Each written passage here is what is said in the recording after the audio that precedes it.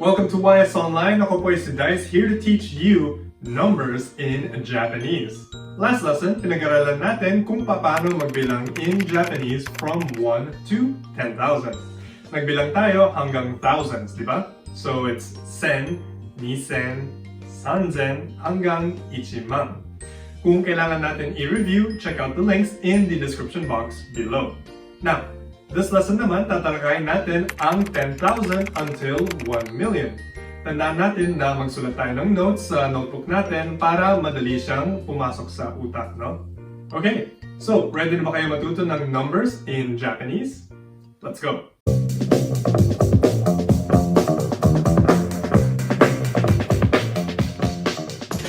Sa Japanese, unlike sa English, nagbabago ang pangalan ng pattern sa pang-apat na number.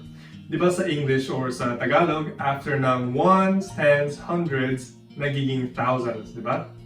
Tapos, pagkatapos ng ones, tens, hundreds, thousands, magiging million ang kasusunod.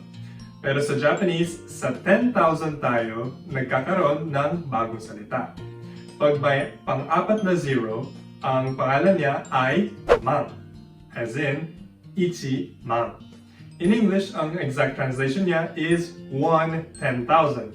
In Tagalog, isang 10,000. So, ano ba yan? Ang confusing, no? But don't worry guys, sanayan lang talaga yan. Even I took a long time to get used to it, you know? So again, ang 10,000 natin is ichiman or 1/10,000. Tapos, tuloy-tuloy na siya. So again, dugtong-dugtong lang ulit. Ichiman, 10,000, niman, 20,000, sanman, 30,000, yonman, 40,000, goman, 50,000, rokuman, 60,000, nanaman, 70,000, hachiman, 8,000, kyuman, 10,000, and juman, 100,000. So, good news here, wala tayong exceptions. Woo! Thank God, no? Okay, so balik tayo sa example natin. Last lesson, we had 8,645 or 8,645. Ngayon naman, try natin dagdagan ulit ng 30,000 para maging 38,645.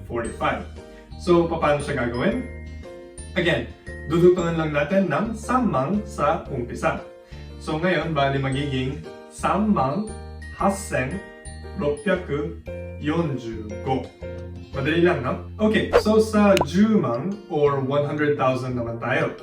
Karamihan sa mga estudyante natin, nahihirapan sila dito dahil hindi siya direktong translation sa English or sa Tagalog, no? Wala kasi tayong 100,000 mismo sa Japanese. So, ang direct translation ng 10,000 is 10,000s or 10,000. Kung magbibilang tayo in Japanese until 1 million, ito ay 10,000, 20,000, 30,000, 40,000, 50,000, 60,000, 70,000, 80,000, 90,000, and 100,000. So here again, pansinin natin na si 100,000 hindi siya 10,000,000, no? Kasi ang direct translation nito sa English is 110,000. So again, balik tayo sa example natin kanina, 38,645. This time naman, gawin natin siyang 738,645. So, ang 700,000 natin sa Japanese is 70,000. Anong gagawin natin dito? Kung naisip nyo na idudugtong siya sa umpisa, tama ka dyan. So now, we have 73,845. So, nararamdaman ko sa mga nanonood na pinapawisan na kayo dyan, no? Yung iba, may nosebleed na siguro. Pero huwag na kasi kayong mag-alala. Mag-take lang tayo ng mga notes, mga quiz, at mag-practice lang tayo at gumawa tayo ng sarili nating example numbers hanggang sa makabisado natin sa utak natin. Challenge natin ang sarili natin by writing the following numbers in the comment section below. First, we have 78,8311. Second, 57,2634. Last, 65,3874. Write your answers in the comment section below.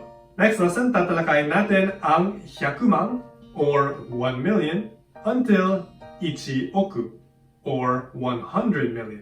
That's it for us at YS today. Thank you very much for watching as always, and if you like this video, be sure to hit that like and subscribe button and share this video with your friends who are studying to pass their language exams like the JLPT, JFT, NAT-Test, or the J-Test.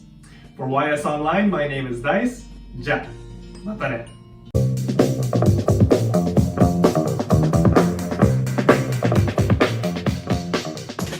For all our full YS Online members out there, we have quizzes and other review materials for you, so be sure to take them so you can pass your Japanese language exams. And if you're interested in becoming a full member for our YS Online program, check us out at www.ysnlc.com.